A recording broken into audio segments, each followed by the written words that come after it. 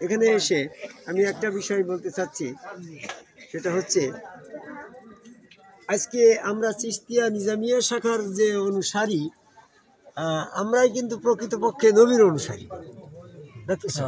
প্রকৃতপক্ষে নবীর অনুসারী আমরা। এইটার প্রমাণ কি?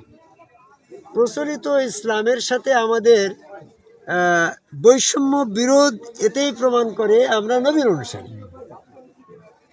এটার কারণটা আমি এইভাবে বলি যে বর্তমানে আমাদের ইসলাম ধর্ম হিসাবে বিশ্বে প্রচলিত যে ধর্মটা, এই ধর্মের বিষয়ের, এই ধর্মের আনুষ্ঠানিকতায় যেটা যেটা প্রমাণ প্রচলিত আছে, এই ধর্মটার অনুসারী কি নবী মুহাম্মদ সাল্লাল্লাহু আলাইহি ওয়াসাল্লাম ছিল? যদি প্রমাণ হয় যে নবী মুহাম্মদ সাল্লাল্লাহু আলাইহি ওয়াসাল্লাম বর্তমান প্রচলিত ইসলাম নামের যে ধর্মটা বিশ্বে চলছে, not only Bangladesh, all over the world, বিশ্বে যে ধর্মটা ইসলাম নামে প্রচলিত আছে, এই ধর্মটার অনুসারী যদি নবী মুহাম্মদ সাল্লাল্লাহু আলাইহি ওয়াসাল্লাম নিজে এই ধর্মের অনুসারী না হয়ে থাকে, তাহলে তো আমরা যারা প্রচলিত, আমাদের সাথে প্রচলিত ইসলাম ধর্মের যারা আছে তারা যে বিরোধ করছে আমাদের সাথে, তাহলেই প্রমাণ হয় আমরা নবীর অনুসারী। কি বোঝেন না কথা?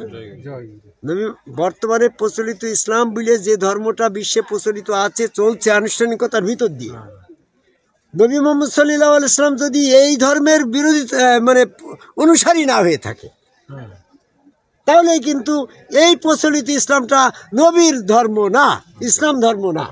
আমি এটা প্রমাণ করব। বর্তমানে প্রচলিত ইসলামের ভিতরে একজন লোক যদি মারা যায়, তাহলে তাকে প্রথমেই জানাজার নামাজ কাতার ধরে দেওয়া হচ্ছে। তো এটাই যদি ইসলাম হয়, তাহলে রোজ কিয়ামতের দিন যখন প্রথম সিংহায় ফুঁক দেওয়ার পরে সমস্ত মানুষ মারা যাবে, তাহলে তার জানাজা কিরা করবে? এইটা ইসলামের বিধান না। পবিত্র কোরআনের ভিতরে সূরা তওবার ৮৪ নম্বর আয়াতে বলা হয়েছে, সেখানে উসাল্লি মানে দোয়া করার কথা বলা হয়েছে। এটা জানাজার নামাজ না, সালাত শব্দ আসে নাই। এটা মৃত ব্যক্তির নামে দোয়া করা যেতে পারে। তো জাস্ট সেটাও আমরা দেখলাম যে আমাদের এই প্রচলিত ইসলামের সাথে ওই রোজ কিয়ামতের পরের বৈশিষ্ট্যের সাথে মেলবে না। কারণ রোজ কিয়ামতের পরেও তো আমাদের ইসলাম ধর্মের বৈশিষ্ট্যগুলো বজায় থাকবে, থাকবে না? অবশ্যই।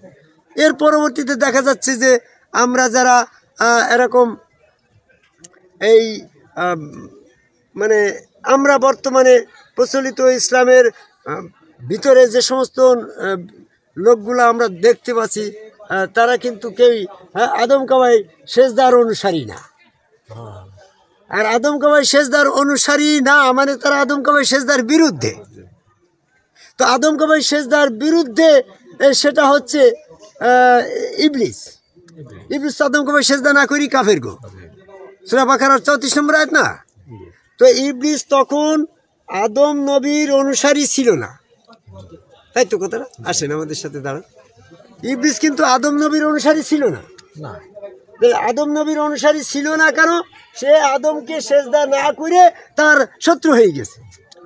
তো সেই ইবলিস আদম সেজদার বিরুদ্ধে, সে নবী মুহাম্মদ সাল্লাল্লাহু বর্তমান সমাজের যারা প্রচলিত ইসলামের আছে, চরমোনাই, ফুরফুরা, মানিকগঞ্জ, দেওয়ানবাগ, আটরশি, জামাত ইসলাম, মসজিদপন্থী, মাদ্রাসাপন্থী, তাহাজ্জুদপন্থী, হাজি সাহেব, যত যা কিছু আছে গো, এরা তো সবাই আদম সেজদার বিরুদ্ধে।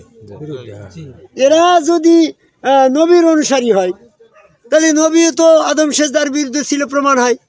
আর নবী যদি আদম সেজদার বিরুদ্ধে হয়, তাহলে ইবলিস তো আদম সেজদার বিরুদ্ধে। তাহলে তো ইবলিস তো আদম নবীর অনুসারী হতে পারে নাই, কিন্তু সে সুযোগ খুঁজছে যে আমি কোন নবীর অনুসারী হতে পারি।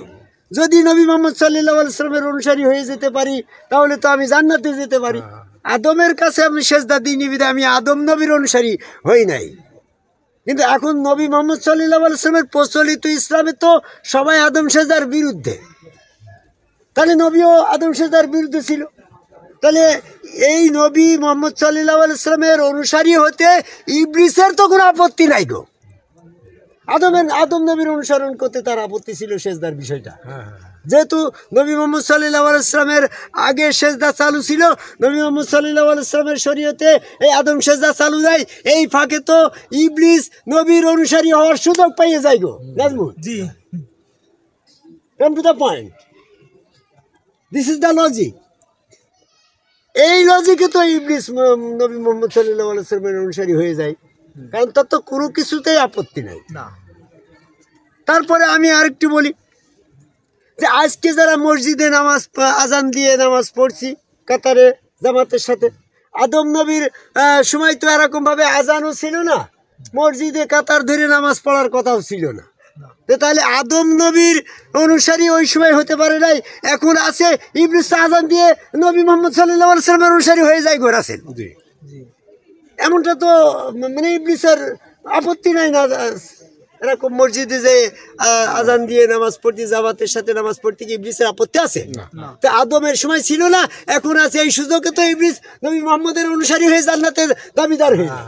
জি, এরকম ভাবে 5 ওয়াক্ত নামাজ পড়লে জান্নাতের চাবি দেওয়া হবে, এটা তো সুযোগ। তো আদম নবী, ইউসুফ নবী, মুহাম্মদ সাল্লাল্লাহু আলাইহি ওয়াসাল্লামের আগে যে সমস্ত নবীগণ চলে গেছে তাদের ভিতরে তো 5 ওয়াক্ত নামাজ ছিল না।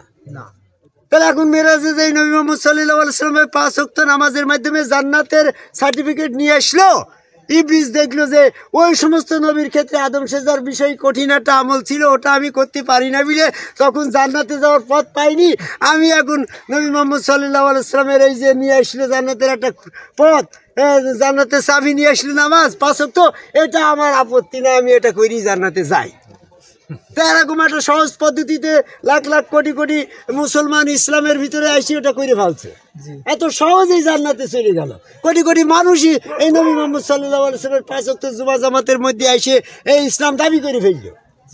এখন এই ইউসুফ নবীর উম্মত বা ইউসুফ নবী, মুসা নবী, ঈসা নবী, অন্যান্য নবীগণ এরকমভাবে আত্মপক্ষ সমর্থনে সেদিন যুক্তি প্রদর্শন করবে। সূরা নহল 111 নম্বর আয়াত আল্লাহর কাছে বলছে, আল্লাহ এই আমাদের সময় আদম সেজদার বৈশিষ্ট্যটা দিয়েছিল বিধায় আমাদের দলে লোকজন আসেনি, যারা যারা আসতে চাইছিল ওই ইবলিস শয়তান সেখানে বাধা দিয়ে আমাদের অল্প কয়েক সংখ্যক লোক ওখানে হয়েছিল। আরে আপনি আদম সেজদার সাবজেক্টটা নবী মুহাম্মদ সাল্লাল্লাহু আলাইহি ওয়াসাল্লামের ওই শরীয়তে এটারে উদ্ধ করে দেওয়ার পরে এই লাখ লাখ কোটি কোটি মানুষ এই ওই নবী মুহাম্মদ সাল্লাল্লাহু আলাইহি ওয়াসাল্লামের দলভুক্ত হয়ে গেল, কারণ সেখানে তো ইবলিসের বাধা নেই গো। তাহলে ইবলিসের বাধা না থাকার কারণে কোটি কোটি মানুষ তাবলিগে যাই মুসলমান হয়ে গেল, তারা এত উম্মত জান্নাতে গেল। আমি মুসা নবী তো আল্লাহরই উম্মত, মানে আল্লাহরই নবী, মুহাম্মদ সাল্লাল্লাহু আলাইহি ওয়াসাল্লাম আল্লাহর নবী। এই ঈসা, মুসা, দাউদ, ইউসুফ, আদম এরা তো আল্লাহরই নবী। তো আল্লাহর কাছে যাই তো এরা দাবি করবে যে ঈসা, ইউসুফ নবী বলবে যে আল্লাহ আমার কাছে আদম সেজদার সাবজেক্টটা আমার শরীয়তে বলার ছিল, ইউসুফ আর নবী মুহাম্মদ সাল্লাল্লাহু আলাইহি ওয়াসাল্লামের শরীয়তে এটা ছাড় দিলে তো কোটি কোটি মানুষ তো এই নবী মুহাম্মদ সাল্লাল্লাহু আলাইহি ওয়াসাল্লামের তাবলীগ আলা ধর্মে চলে গেল। আমার সময় যদি ওটা ছাড় দিতে তাহলে আমার অনুসারীও তো এরকম লাখ লাখ হতে পারত গো। তো সেখানে আল্লাহ ভুল স্বীকার করবে না, বলবে তা একটু ঠিকই আছে গো, আমি তখন তোমাদের এই কঠিন আমলটা দেওয়ার কারণে তোমাদের অনুসারী একটু কম ছিল, আর আমি নবী মুহাম্মদ সাল্লাল্লাহু আলাইহি ওয়াসাল্লামের শরীয়তে এই আদম সেজদাটা উদ্ধ করার কারণে লাখ লাখ লোক চলে গেল। চলে যাওয়া না যাওয়ার কারণটা ছিল কি রিপোর্ট? তো এই সূরা আরাফের 16 নম্বর আয়াতে বলছে ইবলিস যে আমি এই সিরাতুল মুস্তাকিম আদম সেজদার পথের সম্মুখ থেকে পিছন দিক থেকে সকল মানুষকে বাধা দেব।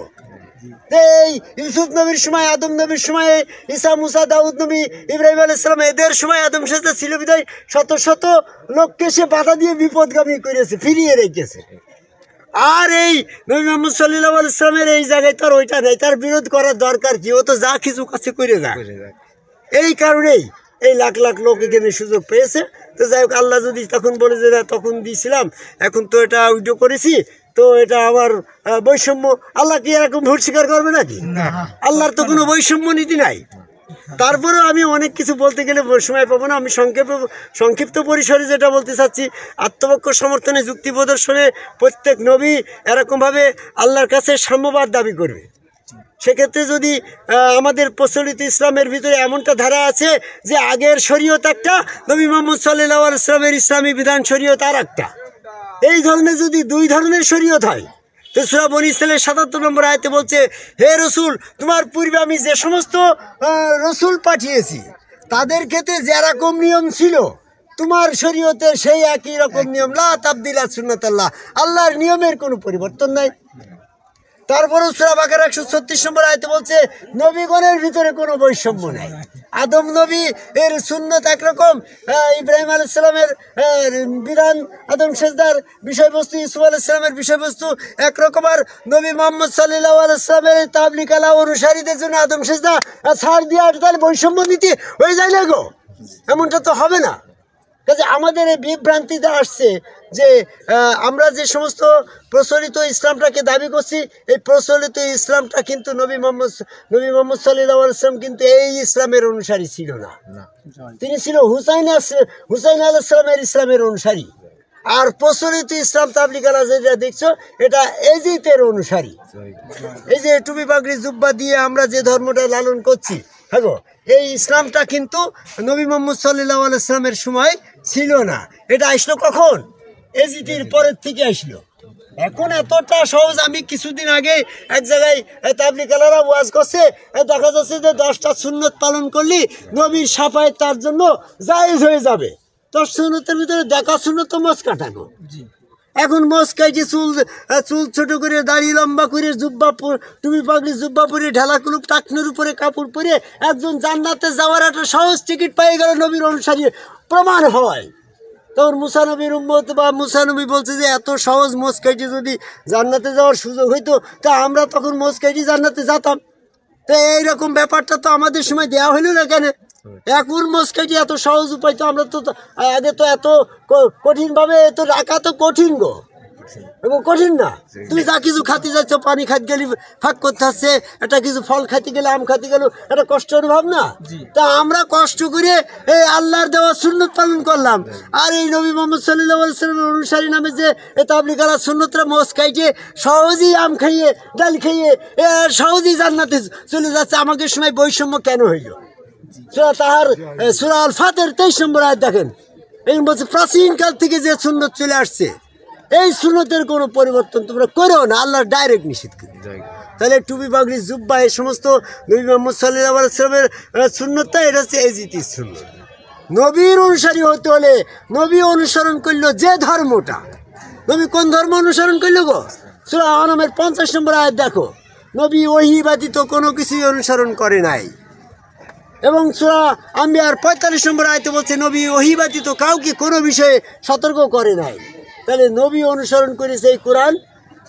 নবী মুহাম্মদ সাল্লাল্লাহু আলাইহি ওয়াসাল্লামের পরে যতগুলো ওহী নাজিল ছিল সমস্ত ওহী এই কোরআনের পরে। কারণ নবী সূরা কাসাসের 85 নম্বর আয়াতে বলছে হে নবী তোমাকে বিধান স্বরূপে কোরআন দিলাম। তাহলে কোরআনের অনুসারী যারা, মানে নবী মুহাম্মদ সাল্লাল্লাহু আলাইহি ওয়াসাল্লাম ছিল কোরআনের অনুসারী, আমরা যারা কোরআনের অনুসারী তারা নবীর অনুসারী। আর যা কোরআনের বাইরে যে সমস্ত ইজমা কিয়াস ফতোয়া হাদিস দিয়ে যে ধর্মটা আমরা প্রচলিত পাচ্ছি এটা হচ্ছে এজিতের অনুসারী, এটা কোরআনের অনুসারী ধর্ম না। আর নবী মুহাম্মদ সাল্লাল্লাহু আলাইহি ওয়াসাল্লাম বর্তমান প্রচলিত ইসলামের অনুসারী ছিল না বিধায় এই ধর্মটা বাতিল ধর্ম। যেমন প্রচলিত বর্তমানে আছে না, হিন্দুরা মূর্তি পূজা করে, এই মূর্তি পূজা কি নবী মুহাম্মদ সাল্লাল্লাহু আলাইহি ওয়াসাল্লাম অনুসরণ করে? বুঝেছে? তাহলে এই মূর্তি পূজার এই ধর্মের অনুসারী নবী না। এরকম ভাবে দেবদেবীর উপাসনা কিছু ধর্মে করে, তো নবী মুহাম্মদ সাল্লাল্লাহু আলাইহি ওয়াসাল্লাম তো দেবদেবীর উপাসনা করা এই ধর্মের অনুসারী না। তাহলে মূর্তি পূজা ধর্ম করাটাও যেমন বাতিল। কেন বাতিল? কারণ নবী মুহাম্মদ সাল্লাল্লাহু আলাইহি ওয়াসাল্লাম ওই ধর্ম অনুসরণ করে নাই। দেবদেবীর উপাসনা করা ওই ধর্মটা বাতিল। কেন? নবী মুহাম্মদ সাল্লাল্লাহু আলাইহি ওয়াসাল্লাম ওই দেবদেবীর উপাসনামূলক ওই ধর্মটা করে নাই, এই জন্য ওই ধর্মগুলো বাতিল। তাহলে এখন আমার লজিক দিয়ে কোরআন দিয়ে প্রমাণ হইল যে বর্তমান প্রচলিত তাবলীগ আলা যে ইসলামটা, এই ইসলামটা নবী মুহাম্মদ সাল্লাল্লাহু আলাইহি ওয়াসাল্লাম অনুসরণ করে নাই। নবী মুহাম্মদ সাল্লাল্লাহু আলাইহি ওয়াসাল্লাম যে বিষয়টা, যে ধর্মটা অনুসরণ করে নাই সেটা যদি বাতিল হয়, তাহলে বর্তমান প্রচলিত ইসলাম বিশ্বে যেটা চলছে এই ধর্মটা নবী মুহাম্মদ সাল্লাল্লাহু আলাইহি ওয়াসাল্লাম অনুসরণ করে নাই বিধায় বর্তমান প্রচলিত ইসলামটা বাতিল ধর্ম। আর আমরা যারা এই যে চিস্তিয়া নিজামিয়া শাখা কাদরিয়া চিস্তিয়া কাদরিয়া এই সমস্ত সিলসিলায় যারা আমরা আছি, আমাদের হযরত আলী সিলসিলা, হাসান হোসেনের সিলসিলা, এই থেকে খাজা মঈনুদ্দিন চিশতির, বড় পীর আব্দুল কাদের জিলানীর সিলসিলা, ওলিয়ে কামেল মাজারের অনুসারী সিলসিলাগুলা, এই যারা আমরা আদম কবর সেজদাকার একজন সম্মুখগুরু রসুলের অনুসারী হচ্ছি, এরাই হচ্ছে প্রকৃত ইসলাম। আর এই প্রকৃত ইসলাম হচ্ছে নবীর ইসলাম। আর এই প্রকৃত নবীর ইসলামে আসার আহ্বান করে আমি যশোর যশোর জেলার চাষরা চাষরা ইউনিয়নের এই মাহিদিয়া গ্রাম, যেটা আমার গুরুর দরবার শরীফ, মাজার শরীফ, এই দরবারে এই গফুর ডাক্তারের এই মাহফিলে এসে পৃথিবীর সকল মানুষকে নবীর অনুসারী ইসলাম, যেটা সেই সত্য ধর্ম সিরাতুল মুস্তাকিমের ইসলামে আসার জন্য আহ্বান করে আমার কথা শেষ করি। জয় গুরু।